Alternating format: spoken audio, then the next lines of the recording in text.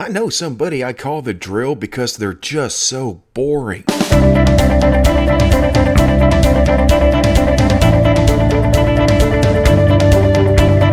Hey folks, welcome to This Week in History, brought to you by, as always, our sponsors, Steve Stevens, Clayton Jaimez, the Hayes family, Patrick Freeman, and Mark Penn-Griffin. We appreciate the support from you guys, and we appreciate the support from all of you through liking, sharing, subscribing, all that good stuff. But if you want to do more, you can always check out our Patreon. There's a link down in the description below. Anywho, let's get to it. On May 22nd in 853, a Byzantine fleet sacked and destroyed an undefended Damietta in Egypt. The garrison had been called away to handle another issue, but after this attack, that didn't happen again. And the cities along the coast of Egypt were more heavily fortified. Didn't really matter because the Byzantines still kept attacking them. In 1455, the first Battle of St. Albans took place, where Richard, Duke of York, defeated and captured King Henry IV. This is seen as the beginning of the series of English civil wars known as the Wars of the Roses. On May 23rd, 1498, Girolamo Savonarola, a religious leader possibly best known for his bonfires of the Vanities, was burned at the stake in Florence, Italy alongside two fellow friars. Friar as in the church position, not friars as in being fried. Well,